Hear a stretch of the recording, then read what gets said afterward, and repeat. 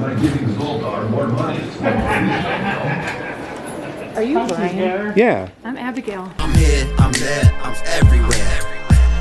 Booze, women, and booze. I'm here, I'm there. So this is the van? Yeah, this is the van. Blue Jean baby. Sometimes I call her Big Booty Judy because all Wow. the weight's in the back. And you've been living out of this for how long?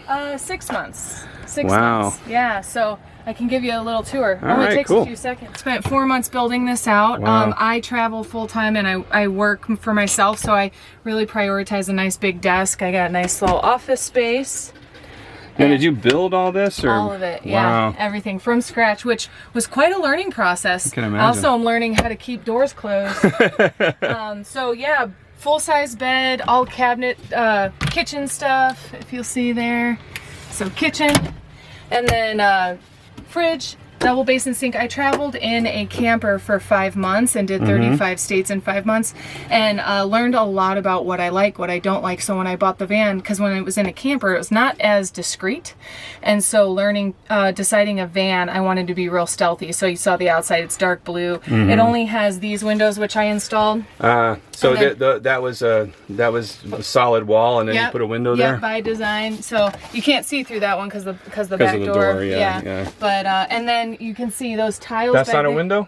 Nope, those are that's called felt-right tiles, and they're hard felt, just like this actually, and it's really good soundproofing. They're actually built for podcasters, and so that's what they, when you close that and you'll hear like the All right. there's no reverberation. Let's see.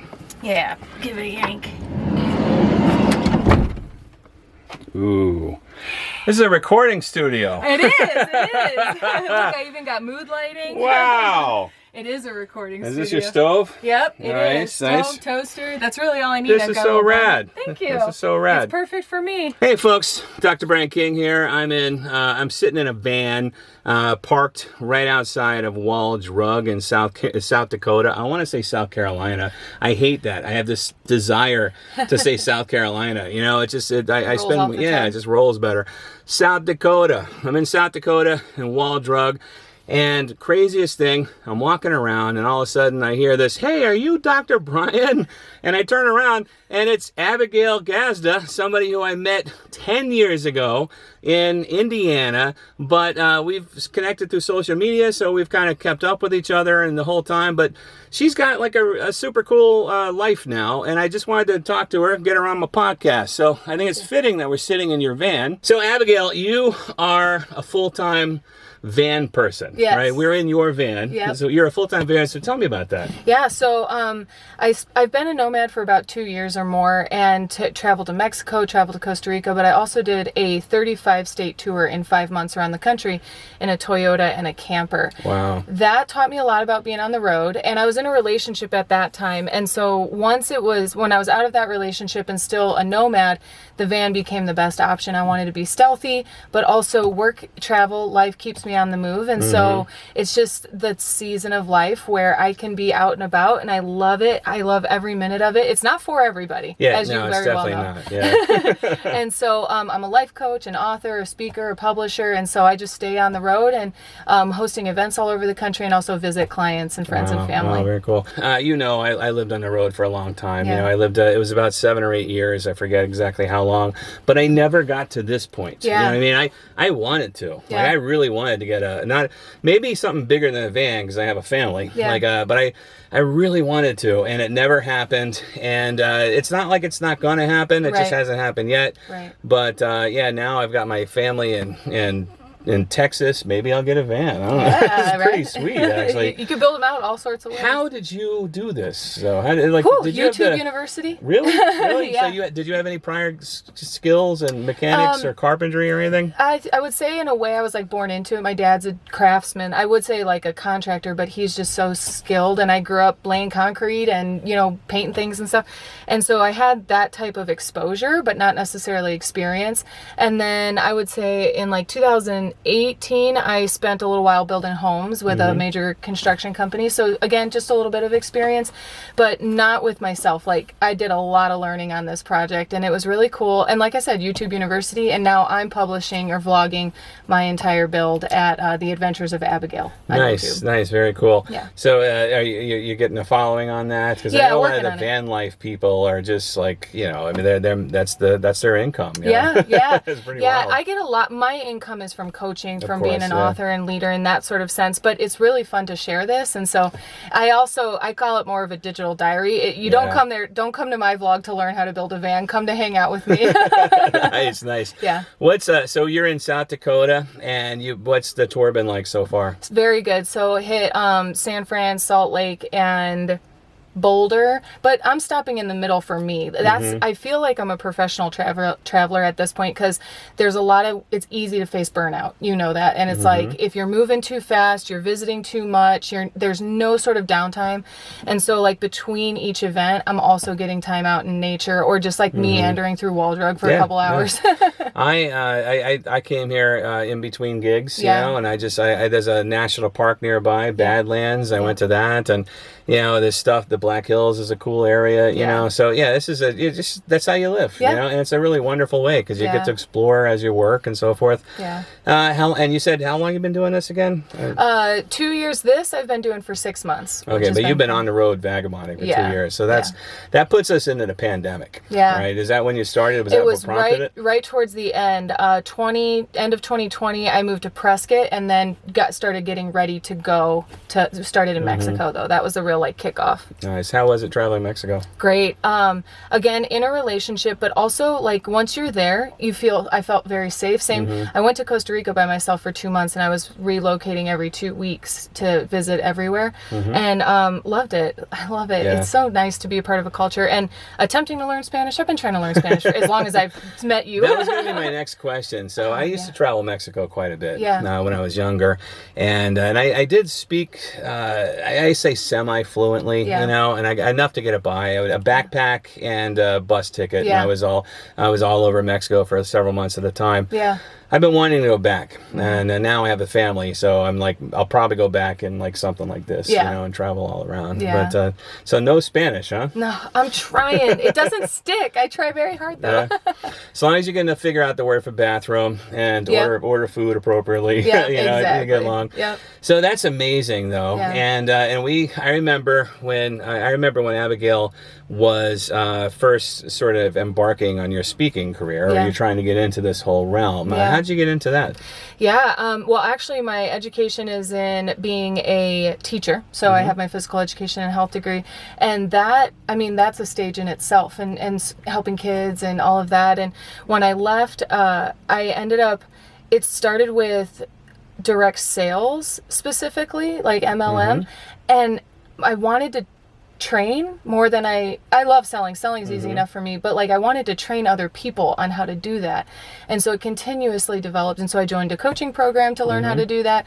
And again, I'm a great coach, but speaking just constantly calls. And so I love leading from the stage. I love leading from the front, and I love helping other people know that they can do what they want to do too. Yeah, that's amazing. That's amazing. Speaking is, it's not something everybody can do, but there are those of us who are it just calls us, you know, and you know, I stumbled into my speaking career. You know, we all have a different path. You know, I started as a psychologist, you know, and then I became a comedian, and then comedy plus psychology equals I'm now Dr. Brian King. I feel like I met you in that transition, because it was like a happiness or joy workshop. Yeah. And now you met me early in my speaking career. You know, I mean, it was a long time ago, and also coincidentally, the first time I ever went to Wall Drug was that year. Yeah. So you met me on that tour. You know, the infamous 2012 that tour.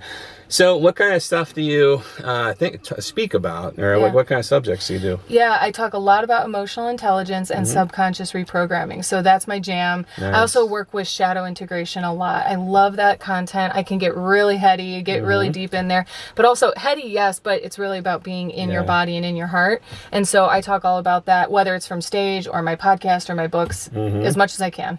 You're really into that you're tapped into that wellness genre, and which is a good thing. thing. What do you? Yeah. Because honestly, there's so much unhealthy behavior, and not just behavior, but just mental attitudes that are Patterns, pervasive. cycles, and that we don't even know exist within us. Yeah, no, it's that's the stuff I teach about, but in a different capacity. Totally. I work on. I tell people how to manage stress, and the whole point, the whole reason I tell people manage stress is so that they can be healthier and not succumb to some of the things that happens to people. Yeah, that's wonderful. Yeah. it is. What are the books? 3 of them. So I have Giving Up, the Memoir of a Quitter. I think I remember that one. That's You sent me one of those, probably, didn't you? I think you probably. did. Yeah. That was the very first one, which, like, I never set out to be an author. I was a gym gal, a teacher, athlete. And I remember getting a C on a research paper, and I was like, I'm not a writer. And I kind of wrote that off.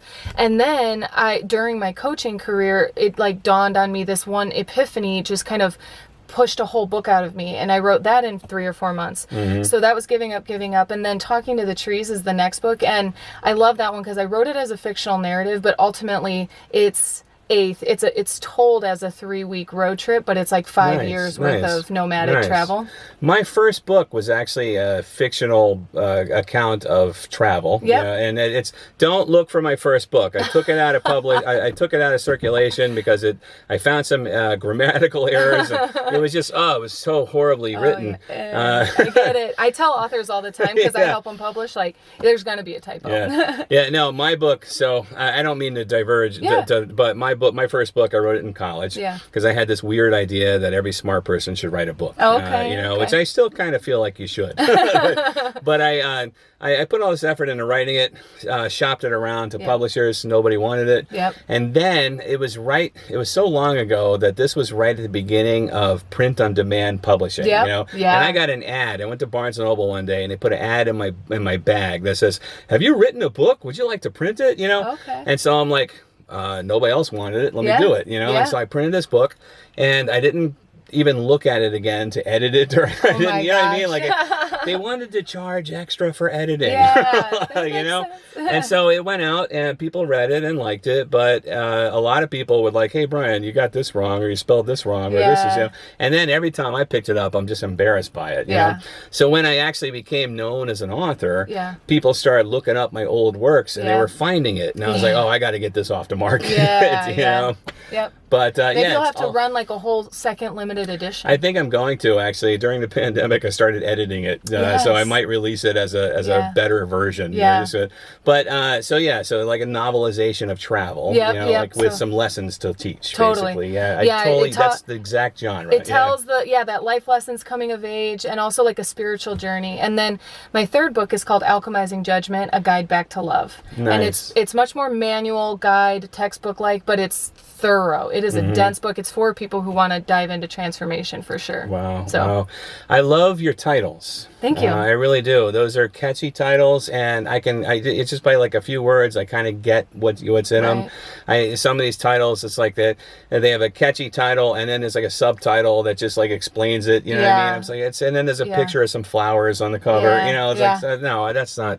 I especially love your first book's title, just Giving Up. That's amazing, because it's like you're saying no to saying no, or rejecting rejection, or something like that. Healthy quitting. Because it's for people pleasers who want to live a life that pleases them instead, right? And because I was that you at some point in your life? Oh yeah, big time. Yeah, not to nobody's fault either, right? Like wanting approval, wanting to be liked, wanting to be accepted and celebrated.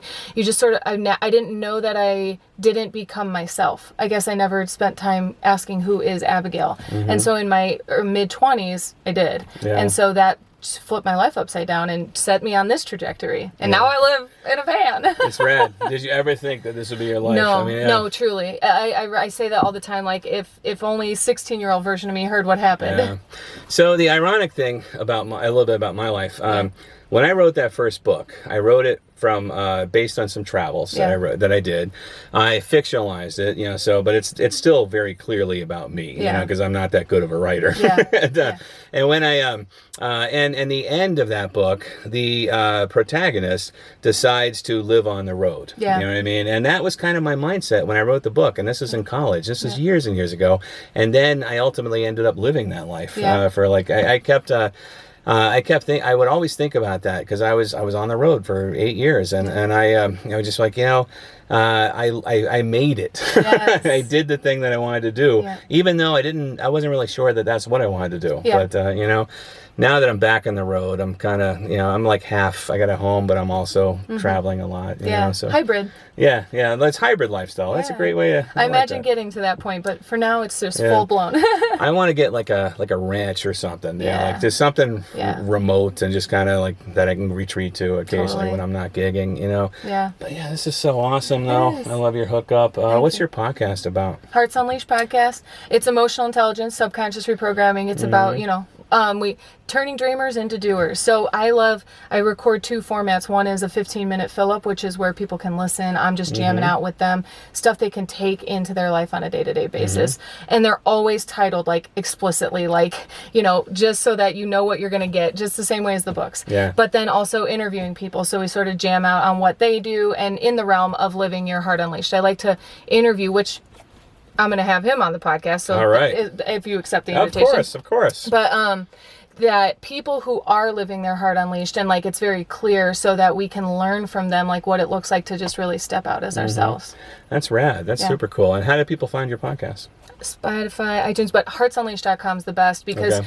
I found out, I don't know if you know this, but on Spotify, you can only have 300 episodes. Really? So when you start publishing beyond 300, it starts shaving off the front. Oh, Which wow. was I a didn't real know that. bummer. So Yeah. I don't know if that's like that with everywhere, but I really think that the best way you can support people is going directly to their website. So heartsunleashed.com and abigailgazda.com is where you can find my books as well. Nice. And your books are all available On Amazon. What about I want to talk real quick about your speaking tour that you're doing Yeah. because I think this sounds super cool. Yeah. Just give me like a quick, give my Definitely. fans a quick little blurb. What's the speaking gig? Yeah, so currently on a 13-city speaking tour, just finished 2 of them. It's called Speaker Stage, and I'm actually hosting them physically in person for that local aspect, and then also virtually. It's a 3-minute speaking spot for either aspiring speakers or veteran speakers or experienced speakers who maybe want to practice a new pitch or focus on a specific topic or product. And so it's an awesome opportunity because you get a 3-minute speaking spot and also 1 minute of live audience feedback. That to me, I love the speaking aspect, but I also love that really potent networking aspect because then it's like, I liked what you said here, this stuck out to me, this really inspired me, or what I see could be improved. Did you notice that? And so it's still oriented around positive feedback, but also meant to be impactful. Right. And then we spend like 30 minutes after just like visiting and exchanging names and numbers and That's stuff. awesome. And you've done 2 so far? What's the next city? 2 in person. Cedar Rapids next. Nice. But we got Chicago, Green Bay, Upper Michigan, and then I'm heading back through the Southwest. Oh man, that sounds awesome. Yeah. And you're traveling to some of my favorite parts of the country too. I love it. Yeah. Especially in the summer, by the way. Don't go near Upper Michigan No. in the winter. No, pass. Green Bay, forget about it. Yeah. You're gonna go to Door County when Yeah. you're in Green Bay. Will That's do. such a cool spot. Yeah. Abigail, this was so fortuitous. It's so awesome to run into you. This is pretty badass. Thank you This is so amazing. much. Yeah, And thank you. thanks for being on my podcast. And folks, thanks for listening or watching, depending on how you're consuming this. And that's been another episode of On the Road with Dr. Brian. Thanks. Bye-bye. I'm here, I'm there, I'm everywhere. Blues, women, and booze. I'm here, I'm